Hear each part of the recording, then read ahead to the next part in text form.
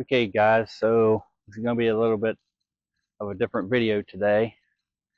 So I'm up here on my cabin property, West Virginia, and kind of came up to get some things taken care of, and I thought I'd go ahead and record this here this morning because we're supposed to have 60-mile-an-hour winds this afternoon and way above normal temperatures. So I wanted to get this done before all that happens. So I'd like to show you the outside. Now, see, I built this 5 years ago, and it's 24 by 16, 2 floors, bedrooms upstairs. And the story with this is, you can see it's almost on top of the mountain, and I kind of wanted it for the view and just to be far enough away from everything. So this sits on 100 acres. And it's definitely West Virginia mountain. It's basically straight up on this side of the property, and then this goes up over the hill here, and then it goes back down the other side to a stream back there. And I don't know if you can see that or not, but there's another mountain ridge just behind this that is a couple 100 feet taller, and they have the wind turbines up there, which are going to be working overtime today. The wind's already starting to pick up. So I'll get the outside done first, and then we can go inside. So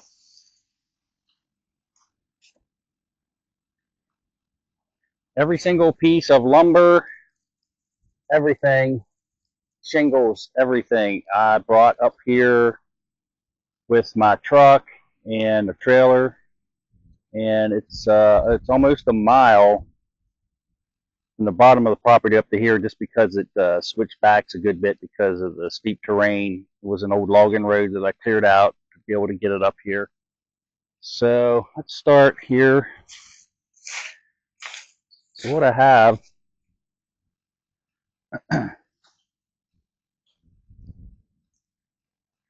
so we got 6x6 posts down here, and then back here on the back was actually part of the old logging road, and it was really flat, so I just dug some footers and put that on 8-inch block, filled the block with concrete. And then I have the 6x6 posts, and then I have 6x6 beams going across those at every 4 feet. And then I have 2x10s on that for my floor.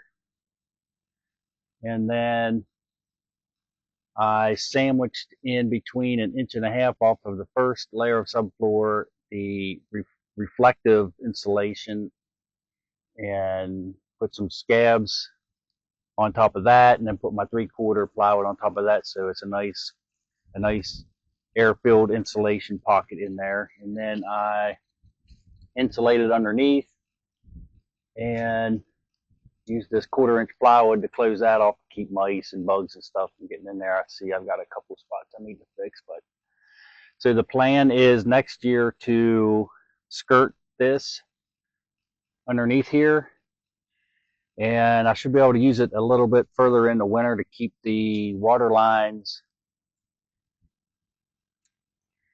back here from freezing. So now usually by around Thanksgiving time, I've got to come up and drain everything and winterize everything. But if I get the skirting in here, get it insulated, the ground temperature should keep it above freezing underneath there. So I should be able to use this year round. Right now it's more seasonal, early spring to late fall. I do come up in the winter, but there is no water. But this is the underside here. And then I added on this deck. I hit it on the deck not too long after I got it framed up. So I came up, took a week off in September to get it framed. So I had it totally framed, enclosed, roof on. within that 1 week. So what I did was I just came up here and I slept in my truck every night. So I came up on a Saturday afternoon and left on a Saturday afternoon. So I was up here for a whole week. So also what I want to take care of next year is I want to extend, let's see here. I want to extend the deck on around the corner of the building here to my water storage shed here. So that way I can just walk out, come on around, same level, over into the shed instead of having to drop down. And then once I put this skirting on here, that'll make a nice closed up section. And then I kind of get rid of this bank right here. I got a little bit of digging out to do here. Window here. It's the only window on the first floor. And I put this door on it just to keep the bears from trying to get into there. So I just close it and it locks. And also, anybody that happens to come around, I've never had a problem with that. This is so far away from everything and it's gated off, so don't really have an issue with that. More or less just for the bears, which I've had plenty of bears up here. So let's see here. So this is a 300-gallon water tank. I collect the rainwater off of the roof, which is it's coming off into here. I catch all the rain off the gutter from both sides of the building, and it empties in here into this tank. I have an overflow. I'll show you that on the other side, but right here. So I have an overflow. So once this fills up, it'll overflow and it'll just drain outside. And then in the wintertime, I just have a plug down here that I remove so the water can just go straight down into that corrugated pipe. And also the reason I've got that extended piece of pipe with the plug in it, so any water and debris fills up in there, so the debris just stays down here when this plugged up part. So the only thing that goes into this tank is clean water. It's fairly clean. I do think I might want to put a inline filter on next year. It is a little bit tanninish, but just from the leaves and things. But so I have a inline pump that just gravity feeds out of the tank into the pump and pumps it into a pressure tank, and then that sends it into my camping water heater. This is what I have for now. It runs off of propane. It works really well. It is a little bit tricky this time of year because the water has gotten pretty cold. We've had some nights that's been right around freezing, so the water's pretty cold, so it's a little more tricky to keep a constant stream of hot water going in the sink and the shower, but it works. It works pretty decent. So that's the setup in here as far as my water. Close this here. We'll go around the side here.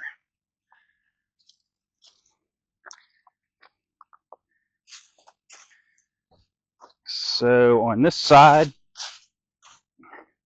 so I built this little open wood shed that I'm able to store. I mean, what's in there now is probably 3 or 4 years worth of wood. I don't have to burn it too much, only up when I'm up here in early spring and late fall. I spent the night last night. It got down to about 32 degrees last night. I threw a couple logs on there and it kept the cabin very warm. It's totally insulated.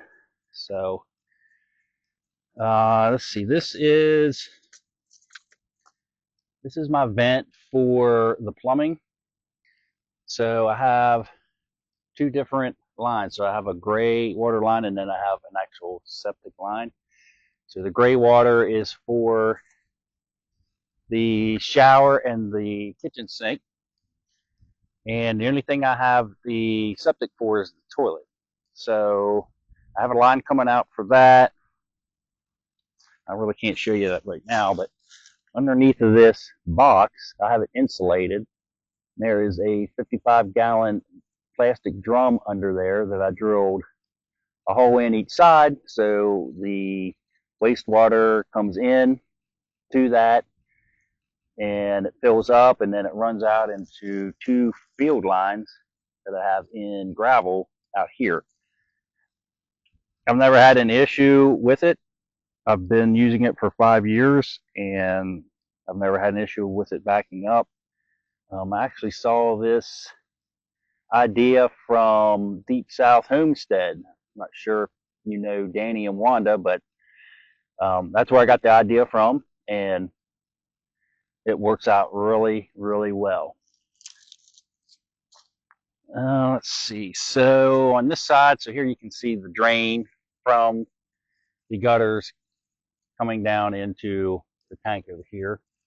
So these 3 conduit lines coming down off the roof, that's coming down from the solar panels that are up there. I have 6 solar panels that today they're working great today because the sun is really bright today. So the issue with, let me show you here. This is another idea I've got planned for next year. So the issue with facing the cabin south, which is ideally where you want to face it to collect the most solar as possible, is this side of the cabin takes a beating, especially late spring to early fall with the sun. And it's just pretty much unbearable to sit out here when the temperature is above 70 degrees because the sun just bakes you. So my plan for next year is to put a roof over the deck on this side. So basically it would just go from this corner of the cabin to this corner of the cabin, and then I would run it out to on top of my railing here on my deck. And then eventually I would like to get 6 more solar panels to set up another separate array for more electric in the cabin, so I can run refrigerator, window air conditioner. Right now I just run the window air conditioner when I'm here in the summer off of a generator, which is fine, but I'd rather not have to listen to that. So that's the plan for the next couple of years. Let me show you the view here. And I'll see if I can share as many pictures that I can with you as far as what it looked like during the construction and the inside work. I do have an outlet out here and a storm door, which I've had bear prints on this glass several different times. So they just like to come up. They're curious. They're nosy. I've come up and just there's been bear prints on the glass, but they've never broken anything. So I think they just come up and just to snoop around. So the wind's really picking up. Okay, so let me get you inside here. Now, let's see. Let me turn on some lights. So let's start here. So this is the living area. So I have two chairs that recline, and this is a sleeper sofa. So it pulls out for sleeping. You can get 2 people on there. So I don't have internet here. I don't have cable. So when I do want to watch something, I will just put in a DVD, a movie. This TV is not a smart TV, so I don't have that ability to stream anything from my phone. I do have signal here, but it's very off and on-ish. It's really strange how I can be in here and one minute I'll have signal and the next minute I won't have signal. This is what you have when you live in the mountains of West Virginia. Let's see. So my wood stove, it's pretty small, but with packs a punch, it'll run you out of here real quick once it gets going. Let's see. So the stone is an idea I came up with when I was building. I was tripping over so many stones. I know anybody that lives in West Virginia mountains realize just how rocky the hills and the mountains are. So I figure I'd use them for the hearth and then for the heat radiation in the back, and it works really, really well. Once those stones get warmed up, they just put off a lot of heat. It's really makes it cozy in here. Let's see. So this is the kitchen area, and you can see here where I have my cooler. This is where I keep everything. When I come up, I've got to get a couple bags of ice, but eventually this is where I want to have a little under cabinet refrigerator in here. And I've got my sink and the window here. This is the window that I had the hinge door on to keep the bears out. So normally that's closed when I am not here. Let's see. So then this is the stairs going up to the bedrooms. And then under the stairs here, I had an idea to make a little bit of extra storage. So I have a little door here, and I've got storage underneath this section of the stairs. And let me get you in here into the bathroom. And let's see. So I've got a toilet in here. I've got a 3x3 stand-up shower. Back up a little bit. And then a vanity. And then I also have fan light combination, so it gets rid of any fumes and any of the steam from the shower, takes it to the outside. Now, granted, it's not very big because this is not a very big cabin, but I don't live here. This is just for recreation. But it does serve the purpose, and it is big enough. So back in behind here is some more storage. Turn this light on for you. Some more storage, and then this is where I have all my solar coming in. So my 48 volt battery. This black box here is where all of the cabling for the solar panels comes into, and it distributes it then to my inverter. And then on this side, I have my panel box for all of the wiring going throughout the cabin. The battery is pretty heavy. It's about 120 pounds, and I do pull that out when I go to winterize the building just to keep the batteries from freezing. I pull that out and bring that home with me, and then just bring it back in the spring when I go to open everything back up. Let's see, got a little dining table here, and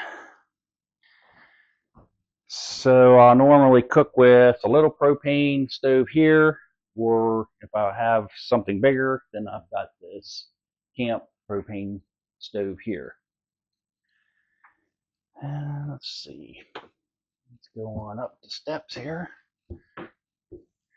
Now these stairs, every time I come up these stairs, I came up one day, I think it was February, and I was still building this, and I had pre-cut and stained all of these at home, and then I loaded them up to bring them up, and there was so much snow on the road coming up to the cabin that I couldn't get my truck up here, so I had to stack half of these treads on my four-wheeler and bring them up. So it's 2 trips just to get these treads up here. So it was something else that winter too. It was a brutal winter.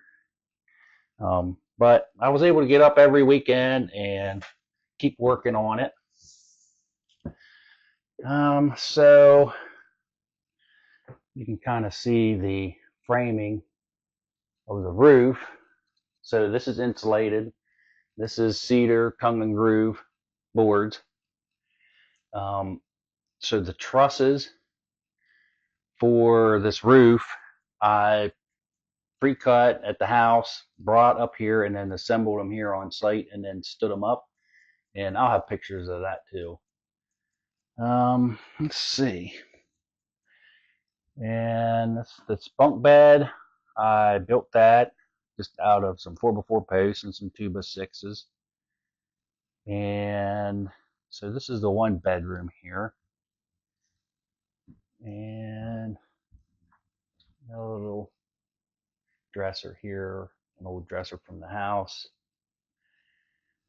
Same here, old dresser from the house. And then this is the window air conditioner that I'll use in the summer. It fits just right to go in this window. And so this is my bedroom.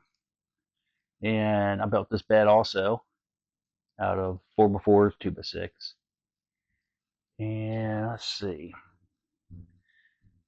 This is the view from outside here.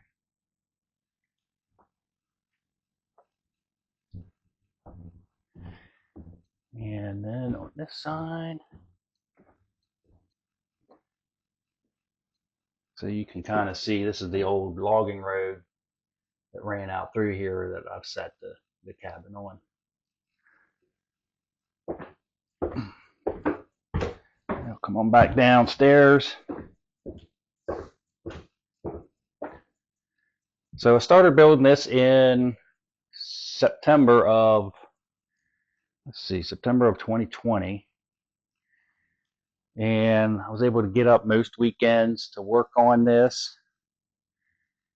And I think I had it pretty much finished by the spring of 2021.